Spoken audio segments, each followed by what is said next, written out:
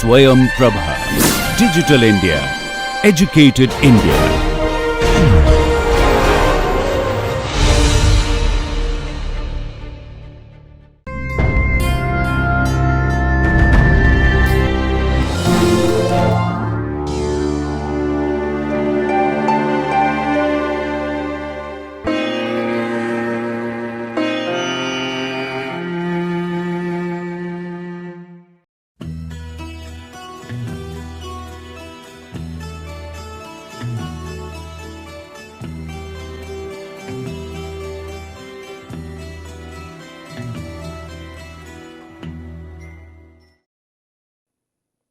So, after discussing about the equity portfolio management and the instruments related to the fixed income like bonds.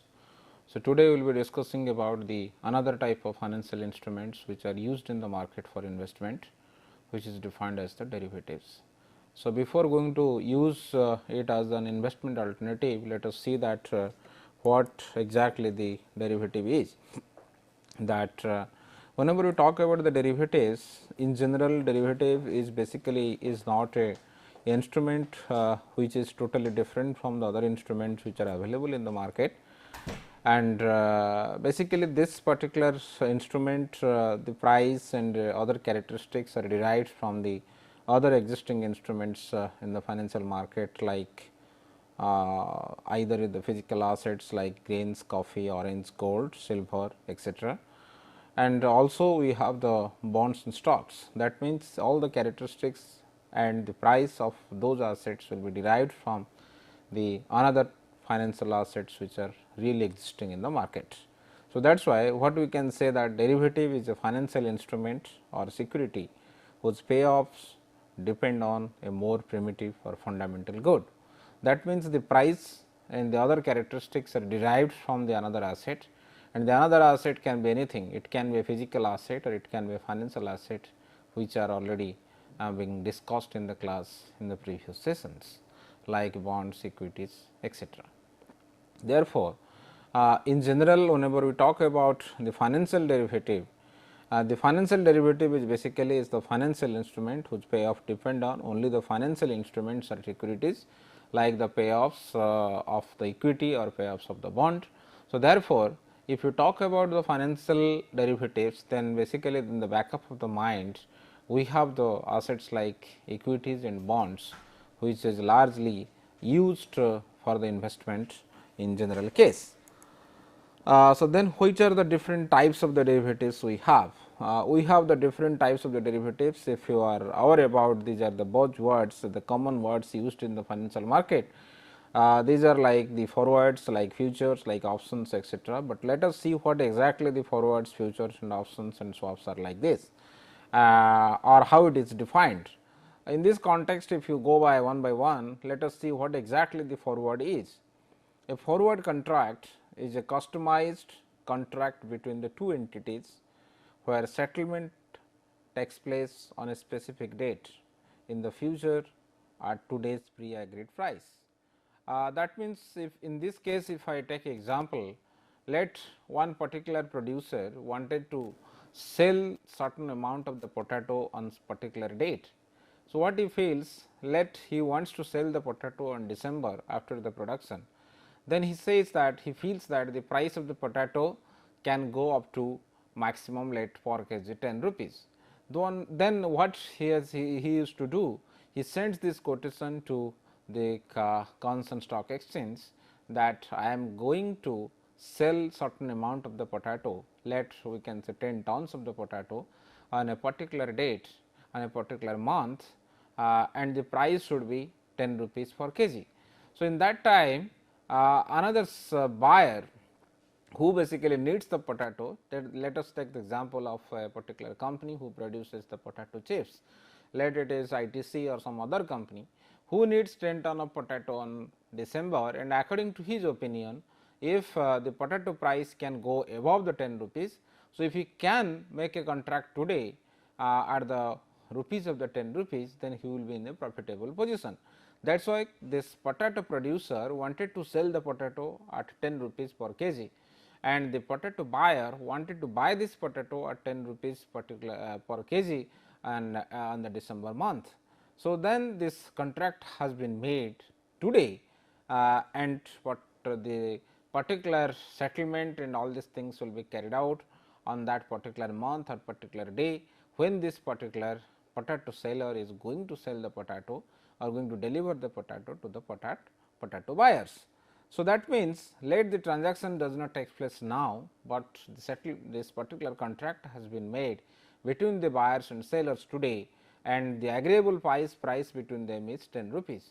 So, that time, in general, if you say the price of the potato will be more than 10 rupees, then the particular buyer will be in the profitable position, but if the potato price is less than 10 rupees, then the seller will be in the profitable position, because even the market price is 9 rupees or the 8 rupees, but according to this contract he will sell this particular potato amount of the potato at the 10 rupees per kg.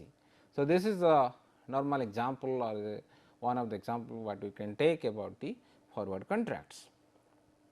And then if you talk about the futures, a future contract is an agreement basically between the two parties to buy or sell an asset at a certain time in the future at a certain price. And future contracts are special type of forward contracts in the sense that the former are standardized exchange traded contracts.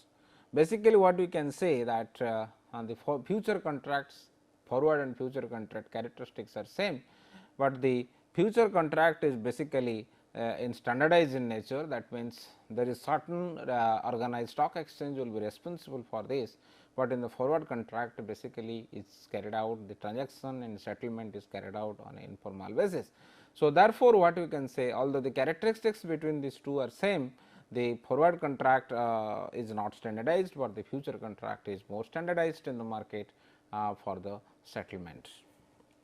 The next is, if you say exactly what is the difference between this forward contracts and the future contracts. Between them is, if you see that forward contract basically the private contract, already what I told, it always happens between the two parties and it is not standardized, and usually it one specified delivery date, and in a particular date will be mentioned that let the December 31st or December 2nd the potato has to be delivered to the seller.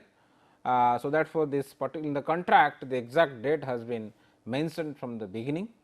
Then the settled at maturity, once this particular settlement is made, we have to settle it in the maturity basis on that particular day, and delivery or financial or the final cash basically settlement usually occurs. Final settlement will be occurs on that particular day at the time of delivery, and some credit risk is involved in that, because it is not standardized, it is not regulated or governed by the standardized body like stock exchanges or any other bodies who are responsible for trading in the market. But if we talk about the futures, futures are exchange traded, already what I told, because we generally send this particular quotation, particular requirement to the stock exchange, and the stock exchange will find out a suitable candidate who are ready to pay this much price. So, that is why there is a process in between, and this particular process should be perfectly matched with buyer's obligations and the seller's obligations. That is why we call it, it is a standard contract. And instead of talking about one delivery date, sometimes we have seen that the range of delivery dates, within this date to this date, this particular delivery has to be made, and it is settled daily. Construct usually the particular contract when we talk about, it usually closed out prior to the maturity, and virtually no credit risk, because the role of the different organized or standardized bodies are there whenever the settlement and other things takes place between these two assets, between the two stakeholders like buyers and the sellers. Then we have another type of instrument, derivative instrument what we use, that is called options. And if you see that options are of two types, these are the call option and the put option, and call option give the buyer the right, but not the obligation to buy a given quantity of the underlying assets.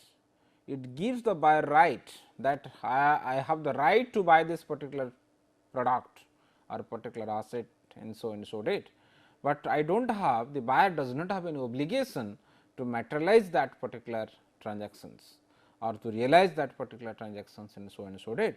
That is why they do not have any obligation to buy a given quantity of the underlying asset at a given price on or before a given future date. And the put option basically gives the buyer the right, but not the obligation to sell a given quantity of the underlying asset at a given price on or before a given date. That means, what we can say, that option is little bit different, because the option basically again is the contract has been made for a future date, but here the buyer has the right to realize that particular transaction, to materialize that transaction, but the buyer does not have any obligation to materialize that particular transaction. Therefore, option is little bit different from the future and the forward contracts. Then we have another type of instrument what we use, that called warrants. The options, it is one type of options basically. The options generally have lives of to 1 year, and the majority of options traded in the options exchange having a maximum maturity of 9 months, and longer dated options are called warrants and are generally traded over the counter market. We have the two types of market, already you know that we have a OTC market, over the counter market, and the exchange traded market, and warrants are basically the long term in nature. It is involved the long period, and it is basically the one type of options what we can talk. And here these kind of instruments are basically traded in the over the counter market, not in the exchange traded market. Then we have the LEAFs. The LEAFs means basically the long term equity anticipation securities, and these are the options basically having a maturity up to 3 years. Again this is one type of special type of options where the maturity is 3 years. Then we have the baskets. Basically basket options are the options on portfolios of underlying assets, and the underlying asset is usually a moving average or a basket of assets, and equity index options are the form of the basket options. We have the different type of options, and out of them, if your particular instrument is not based on a single asset, if it is based on the certain portfolio or a bunch of assets or the basket of assets, then we can say it is a basket option, or the example is already we have said here that equity index option is one type of basket options, whatever we can see in the financial market for derivative trading. So, therefore, these are the different type of options what we usually see, and which are the different type of options on the basis of their maturity. If you talk about their maturity in the exercise, we have two types of options always we can see, that is your one is your American option and another one is the European option. And basically American option is nothing but it can be exercised at any time during its life. Let we can say we have made the contract that the particular contract will be exercised on so and so date, that we have assigned this date that December 31st is the date on which the particular contract should be exercised. But if it is American option, then it can also be exercised before the maturity date. So, there is no straightforward rule that this particular option has to be exercised on 31st December, but if it is a European option, then the option has to be exercised, this particular contract has to be materialized on that particular date. That means it is the 31st December. This there is no such kind of there is a restrictions that this particular contract can be materialized before the 31st December. So, the realization of exercising this particular contract has to be made on that particular date, the date at which is mentioned in the contract whenever the contract has been signed. So, therefore, what we can say, it is a little bit different. The American option has more flexibility, that any time this particular option can be exercised and that particular contract can be exercised, but whenever we talk about the European option, it cannot be exercised unless we do not reach on that particular maturity date. So, therefore, we have a difference between the exercising this particular contract in a particular time period. Then if you compare between the options and the future and or the forwards, if what kind of difference we can see, the difference is that either it is a future or forward contract, it gives the holder the obligation to buy or sell at a certain price. It has the obligation, once the contract has been signed, it has the right as well as the obligation to buy this particular thing or to exercise this particular contract in a particular date or particular time. But an option gives the holder the right to buy or sell at a certain price. It has no obligation, it has the right of the buyer that this particular contract should be exercised and it has to be realized. But whenever you talk about the future and forwards, it has the obligation this contract should be exercised at a particular date. Then we have another type of instrument what we generally see, that is called the swaps. Swaps are basically the private agreement between the two parties to exchange cash flows in the future according to a pre-arranged formula. They can be regarded as portfolios of forward contracts. The two commonly used swaps in the worldwide are basically the interest rate swap and the currency swap. What basically this two things says that this interest rate swap basically entail the swapping only the interest rate related cash flows between the parties in the same currency, and currency swaps is basically talks about the swapping between the both principal and interest between the parties with the cash flows in one direction being in a different currency than those in the opposite direction. What it exactly means? It exactly means that whenever we talk about the this instruments which is related to the swap, basically we find out a different customer in this, that let you take anticipate that interest rate will go off, and another stakeholder or another investor is there who is anticipating the interest rate will go down.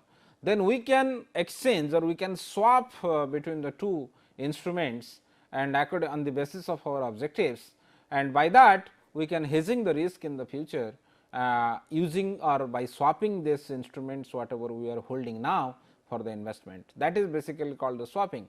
That means on the basis of the requirement, let I can hold a certain bond and he can hold a long term bond, and now the swapping can take place. Swapping can take place only on the basis of the mutual understanding between the two parties, depending upon their predictive power in the market and what is going to happen. And this is more generally happens whenever the cash flow is related to the interest rate within the same currency within the same country.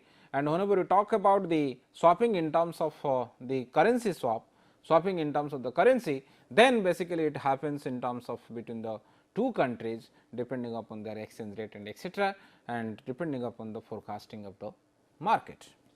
So, then these are the broadly different type of instruments what we have seen.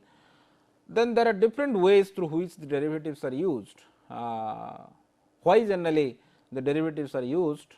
Some of the investors and some of the people or the researchers have argued that the derivative instruments are used for the risk management and basically to hedge the risk in the market, that if there is a risk in the market or there is a price risk or there is a reinvestment risk in the market, then we can hedge this kind of price risk and the reinvestment risk for that particular asset in the market by taking a position in the future market, which is basically a virtual market which is not existing, and that would be materialized only after a certain period, and they generally take the position in such a way that, and they take the position on the basis of their predictive power. On that basis they can hedge the risk what they are going to face today, and this risk can be offset to the particular risk what they are going to face today and what is the risk they are going to face in that particular date.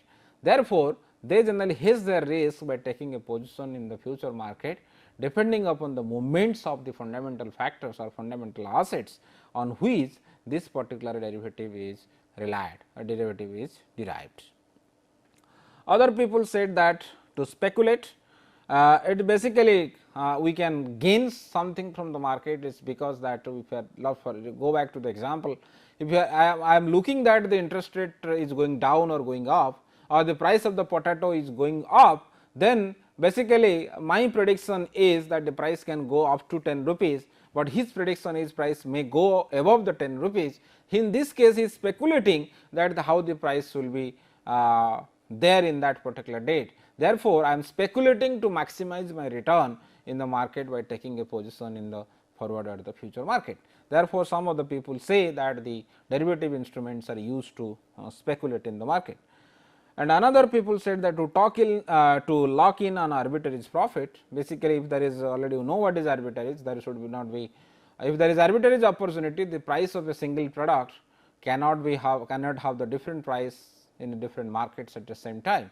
But to lock this particular arbitrage profit in a particular time, what this investor does, he takes a position in the future market. That is why they can lock the arbitrage profit by which this price realization or the return maximization can be taken place. And to change the nature of the liability on the basis of the future liability what the investor has, and to change the nature of an investment without incurring the cost of selling one portfolio and buying another. It is basically one way of the general notion of use of the derivative instruments in the financial markets.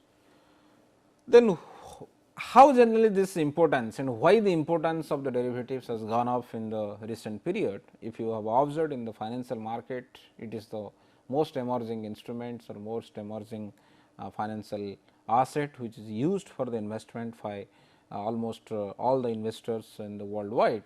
And why basically it happens? It is because that increased volatility in asset prices in financial market, because the riskiness in the financial market, the investment in the financial market now become more risky, because the financial markets are more volatile. And every day the asset prices like housing prices, equity prices, bond prices, etc., all those things are changing frequently, and it is changing because of the changing nature of the market, changing perception about the market, and as well as the changing predictive power of the investors or the stakeholder who are operating in the market. That basically motivates the investor to take some position in the future market by which this particular risk can be hedged. Therefore, the increased volatility in the asset prices is one of the reason to increase the importance of the derivatives in the financial markets. Then they have increased integration of the national financial market with the international markets, because there is a pure integration between the different market because of the globalization and the privatization process. In the liberalization process, all the markets now move together. There is a contagion effect between the two countries, and if one country some policy variable changes, it will have a spillover effect in another country. So, because of that, again the riskiness of the market or investment, the risk what the investor feels in the financial market will be more. So, therefore, to hedge that kind of risk, also the investor takes the position in the derivatives market or the future markets. Then the marked improvement in communication facilities and the sharp decline in their cost. Now, the transaction cost goes down, therefore, depending upon the technology, depending upon the other communication and the other facilities, almost everything is based on the internet based, or we can say the online based.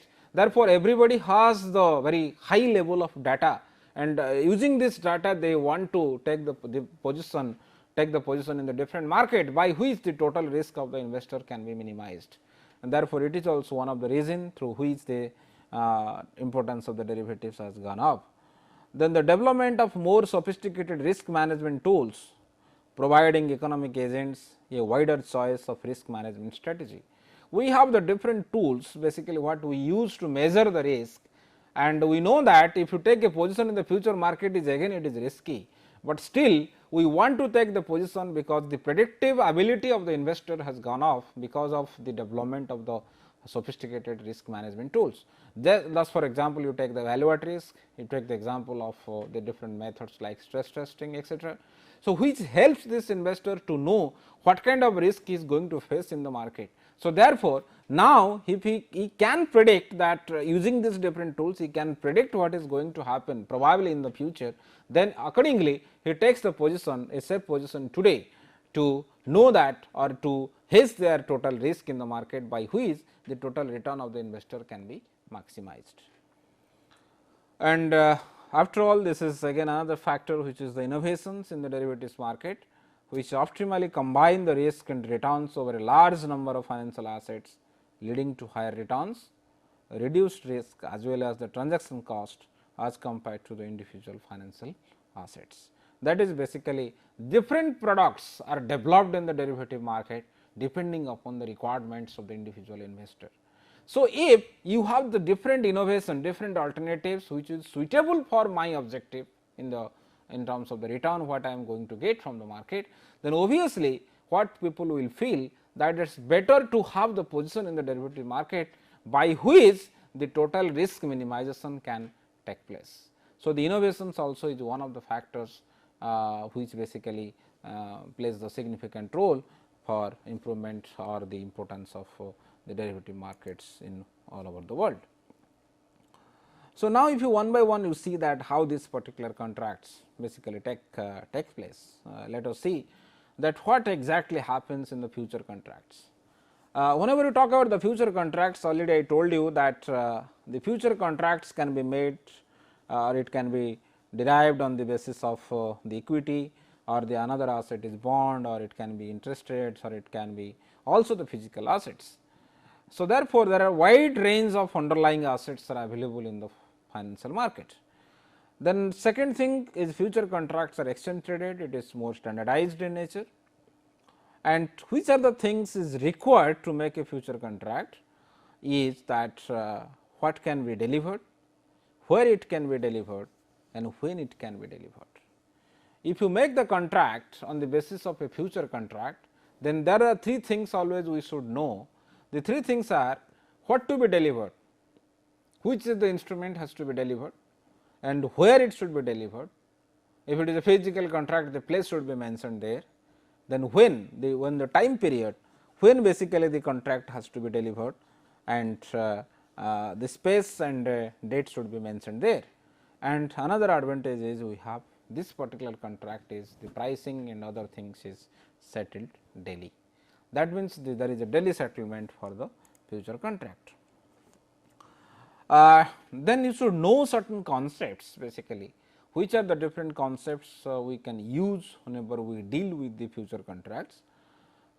You should remember that whenever we talk about the buyer, always buyers have the long position. Whenever we talk about the long word is used in the derivatives market, basically we refer to the buyer, and whenever we talk about the short position, it is basically the seller. So, the buyer has always a long position and the seller has always a short position in the financial market for the regular transactions or regular future contract case. That means, if we say that somebody is going long, that means we can say now he is in the act of the buying. That is why we call it act of buying is basically we refer to going long, and whenever we talk about act of selling, it basically talks about going short. If you say the investor is going short, that means he is going to sell, and if you say talk about that he is going to he is taking his act of basically going long, then we can say that he is in the act of the buying. And another concept we also is used in the financial market in terms of derivatives, that is called the trading volume. What do you mean by the trading volume? It is basically the number of trades in one single day. How many trades have been taken place on that particular contract in a single day, that is defined as the trading volume. Then we have the open interest. Open interest is basically the total number of contracts outstanding. Then it is basically equal to number of long positions or number of short positions. The total contract we are talking about, either it is a long position or it is the short positions. Then we have the settlement price. The settlement price is basically the price just before the final bell each day and used for the daily settlement process. And then what is the price, on what price this particular contract has been settled, that basically is talk about settlement price. So, that is why it is the price just before the final bell each day in the stock exchange, that is why we call it the settlement price, and it is used for the daily settlement for that particular contract in a particular market in a particular time. So, whenever we make the contract, we have some standardized contract term, how the contract has been made. The contract should have a tick size. Tick size means whenever the buyer takes their position or the buyers basically talks about his requirement, then what this says that he talks about the minimum price fluctuation, let the price should fluctuate between this to this, or he decides that up to what level this particular price fluctuation can be accepted by this particular investor. So, that we call it the tick size. So, that is why it talks about the minimum price fluctuation what can be accepted. Then the daily price limit, which talks about the restrictions for the price movement in a single day. That means, second thing is, one is tick size, which is the minimum price fluctuation, then the daily price limit, which talks about after on a single day how much price fluctuation can be accepted by this particular investor, and up to this much only the investor can take it up. After that the investor will not be interested for that particular contract. And the delivery date, then the strike price means the price at which this particular contract has been signed. Let 10 rupees, what we have taken the example in that case, that basically it is the agreeable price between the buyers and sellers on which this particular transaction should be taken place.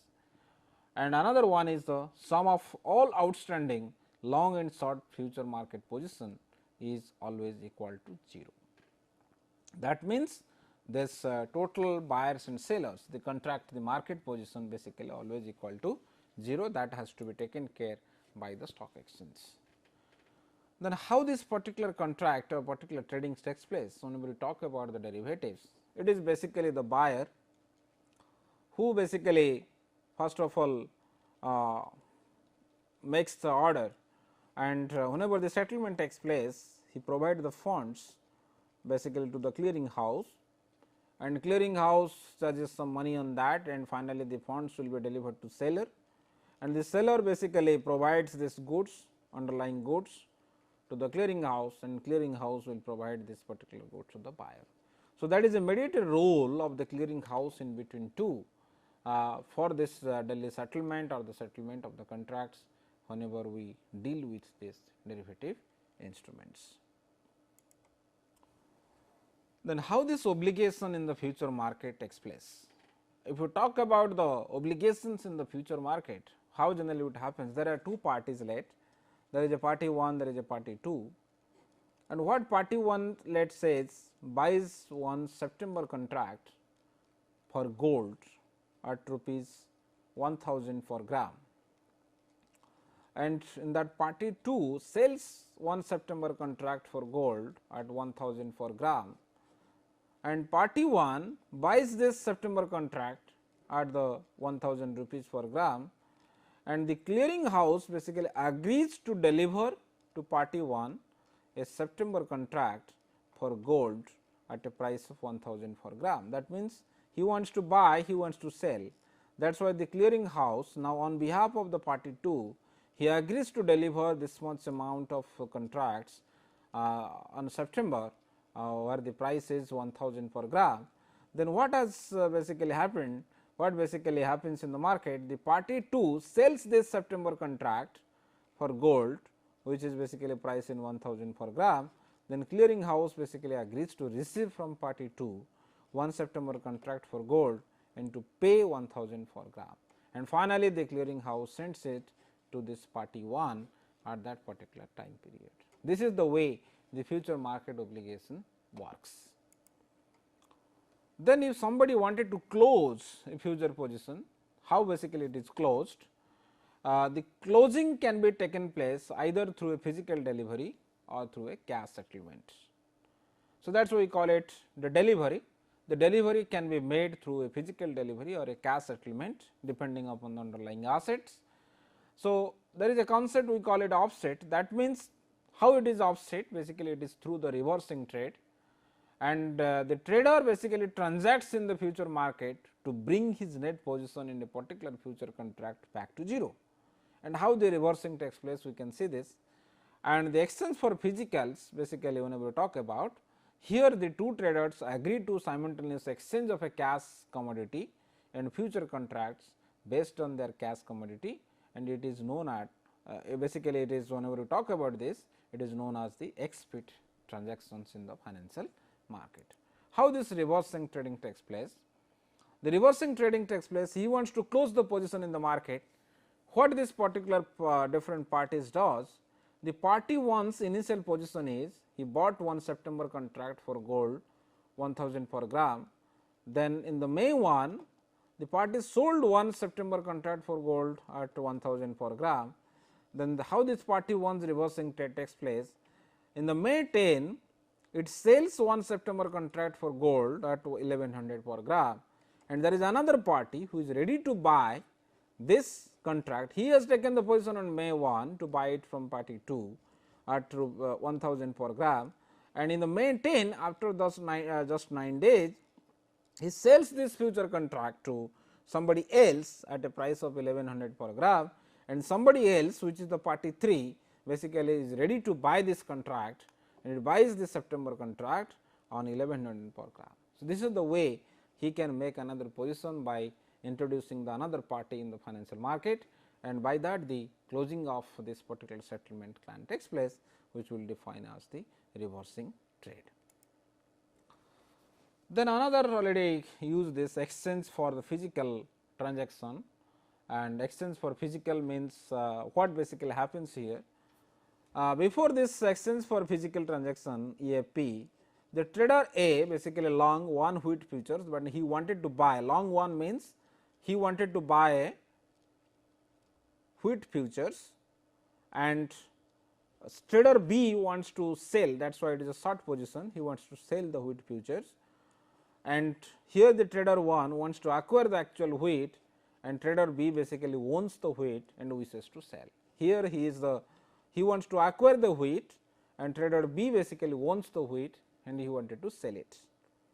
Then how this EFP transaction takes place? The trader 1 agrees with trader B to purchase wheat and cancel the futures. Trader B basically agrees with trader A to sell wheat and cancel the futures, and receives wheat and pays the trader B, and delivers the wheat, receives the payment from trader A. That means, whenever he take the wheat, this particular transaction time has come, the delivery time has come, the trader B has given the wheat to trader A, and trader A receives the wheat and pays the money to trader B, and here the trader B delivers wheat and receives the payment from trader A, and it reports EFP this exchange for physical to exchange, and the exchange adjusts books to show that the trader A is out of the market. Now, the transaction takes place. So, once you will report these things to the exchange that this particular delivery has taken place, and he has received the wheat from trader A, the trader A has received from the trader B, the wheat already has been received by him, then he report to the exchange, and the exchange basically adjusts their books to show that the trader A is out of the market. And finally, whenever the trader B has delivered the wheat and gets the money from the trader A, he reports the exchange, that exchange adjusts, and after that the exchange adjusts the books to show that trader B is out of the market. This is the way the exchange for physical transaction takes place, and takes place between the two buyers and the one sellers. Then how basically we can see that the profit can be taken place. Let if this is your profit, let this column this axis talks about profit, and this is your price of underlying asset at maturity. Then what happens? The payoff matrix always looks like this, and this is basically your strike price, and if your price of the underlying asset is more than the strike price, then at the time of the delivery, then what will happen, that the particular buyer is in profit. That is why you call it profit from a long forward. Long forward means we talk about the buyer, and whenever we talk about the short forward, we can talk about the seller. So, the buyer is in the profit whenever the price of the underlying asset will be more than the strike price, and it will be in the loss whenever the price of the underlying asset will be less than the strike price. Like that, if you see about the profit from the short forward or the future position, it is just opposite, because we are referring to again this is your profit, and this payoff matrix looks like this. and this is your strike price and this is your price of underlying asset, price of underlying at maturity. Then here if in terms of the seller, basically he expects that the market price at that time, the spot price of that particular product should be the less than the strike price. That means, the exercise price or the strike price should be more than the market price, by which the profit can go to the seller, then only the seller can make the profit. This is the payoff matrix in terms of the buyers and the sellers in terms of the future or the forward contracts. Then we can talk about some concepts we use in the forward future market, we call it the basis. What exactly the basis is? The basis is the relationship between the spot price and the future price of the asset. That means, how it can be measured? It is measured as the current spot price minus future price. So, in the normal market, the prices for more distant futures are higher than the nearby futures. That is why the future price is more than the spot price. But in the inverted market, the distant future prices are lower than the prices for contracts nearer to the expiration. That is why the future price is less than the spot price. If this is happening, then we can say it is an inverted market, but if the future price is more than the spot price, we call it a normal market.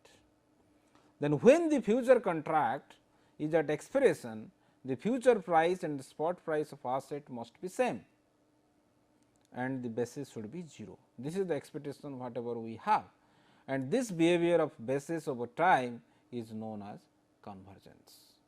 That means, the future price and spot price should converge to each other.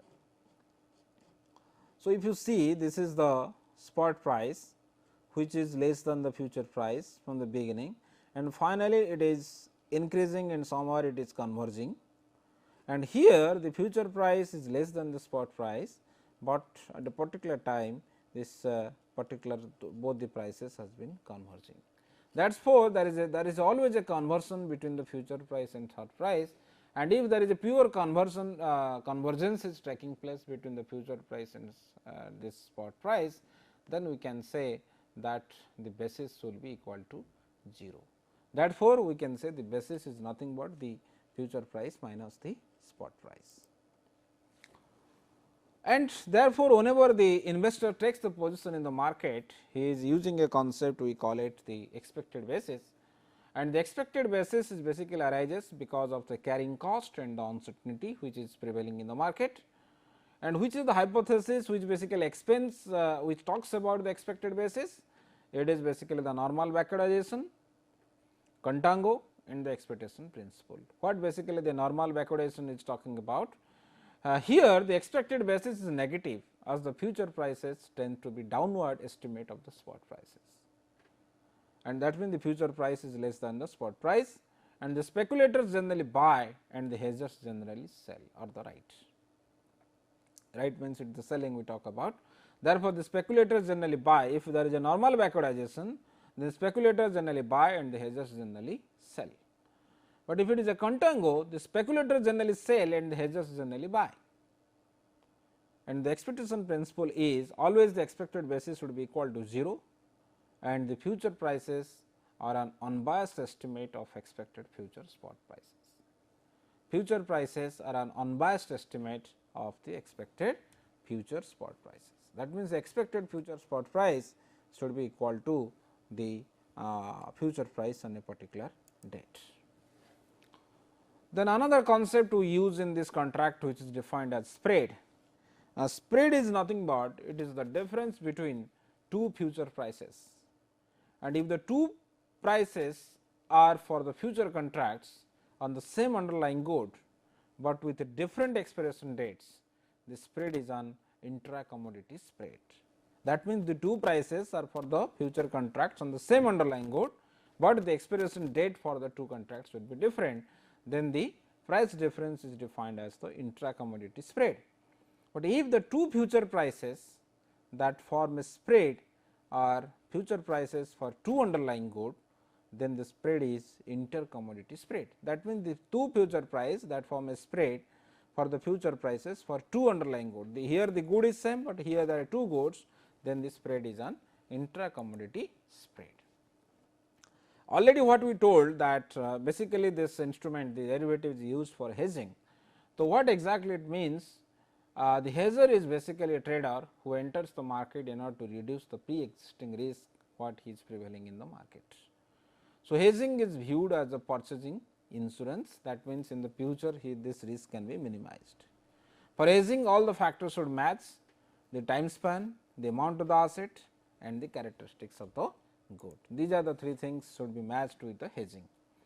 So, there are two types of hedge here on the basis of buyers and seller takes place, what we call the long and short hedges.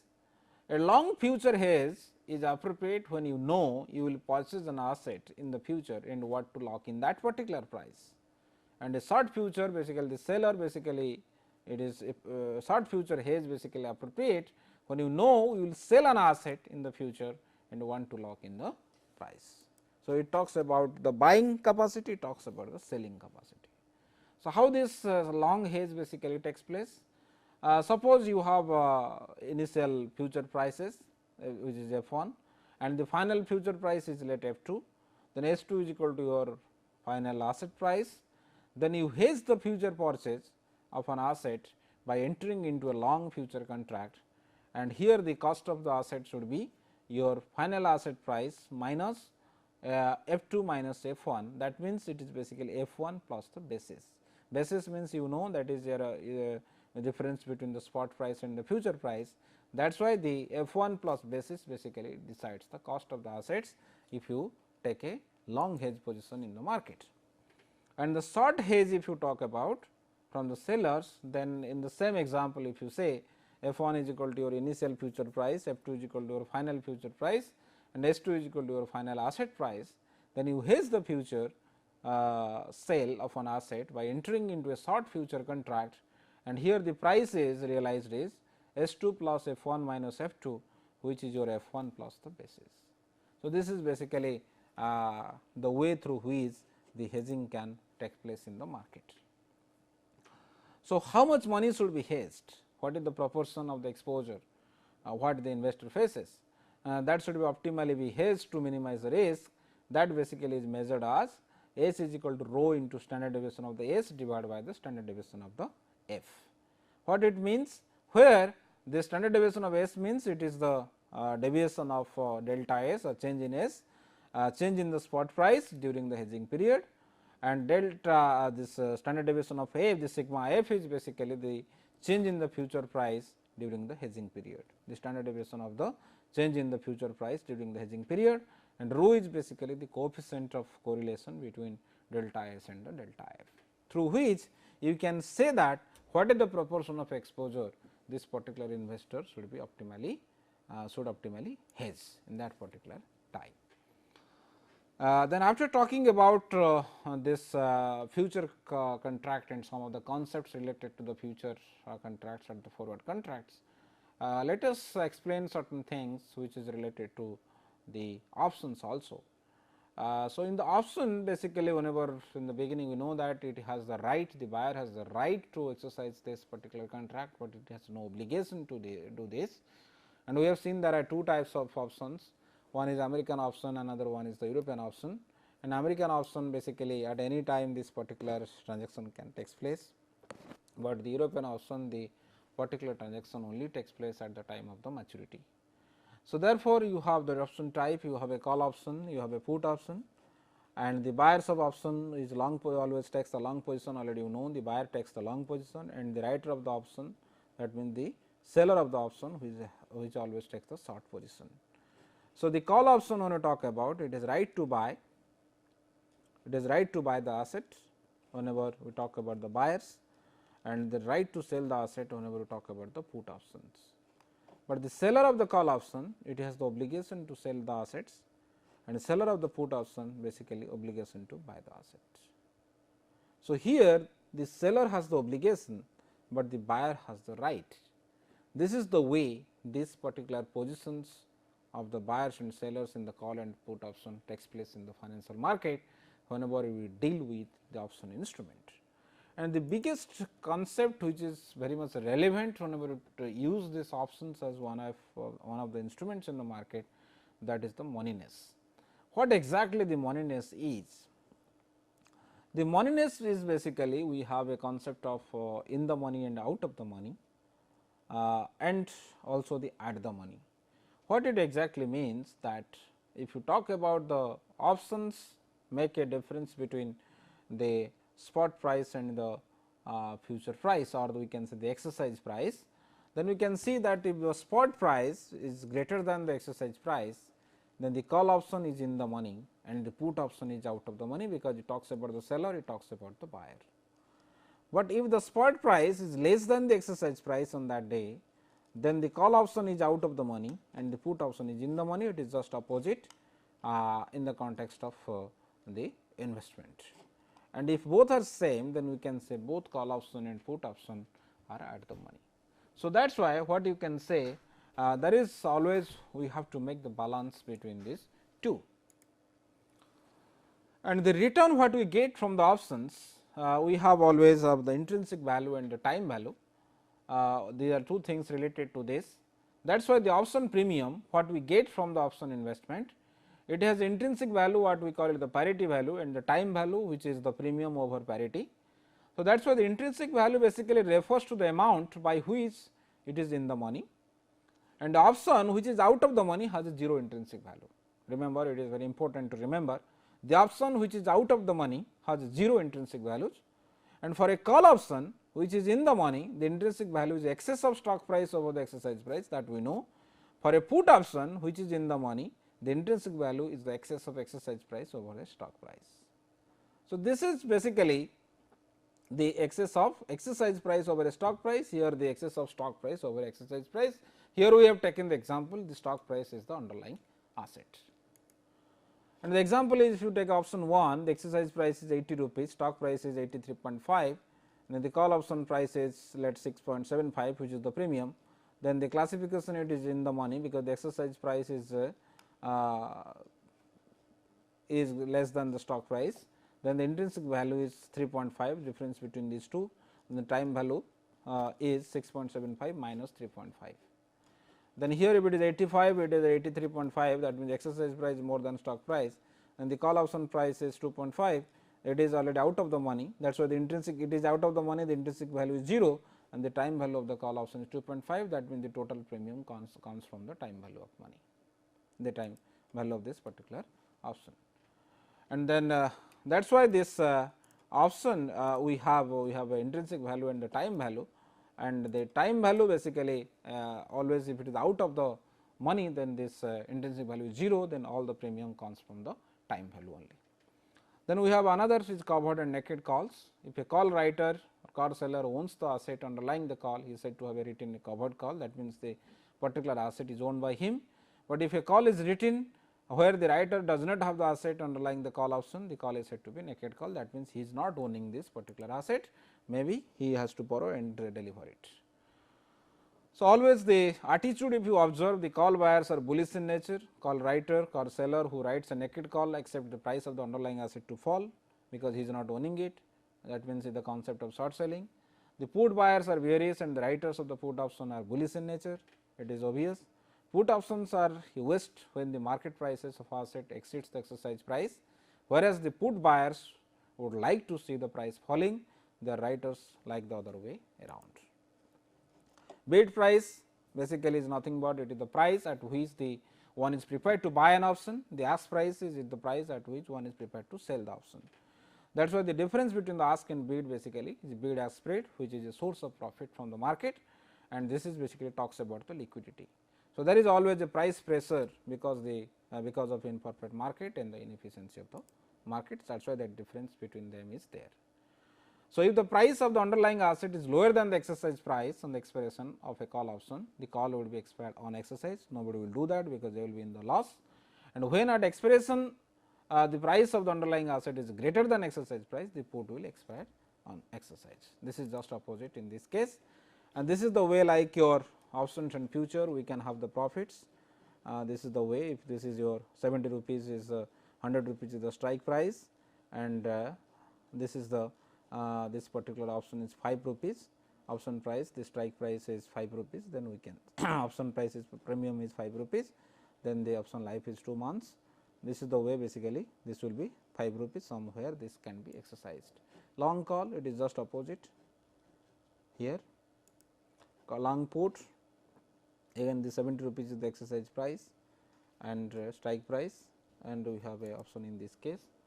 And short put we have see that this is the strike price is 70 and we have a premium option price of 7 rupees here, that is why this is the 7 rupees.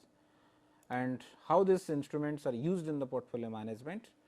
We have a restructuring always asset portfolios with the forward contracts, sorting the forward contracts, tactical asset allocation to time general market movements instead of company specific trends. We can hedge the position with payoffs that are negatively correlated with the existing exposure, converts beta of stock to 0, making a synthetic treasury bill affecting the portfolio beta. And also we have the protecting the portfolio value with a put option. How it is done? The purchasing the protective puts, keep from committing to sell if prices are rising, asymmetric hedging, and the portfolio insurance. Either hold the shares and purchase a put option, or sell the shares and buy a T bill and a call option. These are the different strategy what you can use in the market for the portfolio management using this different kind of derivative instruments with the different alternatives. So, in the next class we will be talking about the pricing of the different derivative instruments like futures or the forwards and the options. Thank you.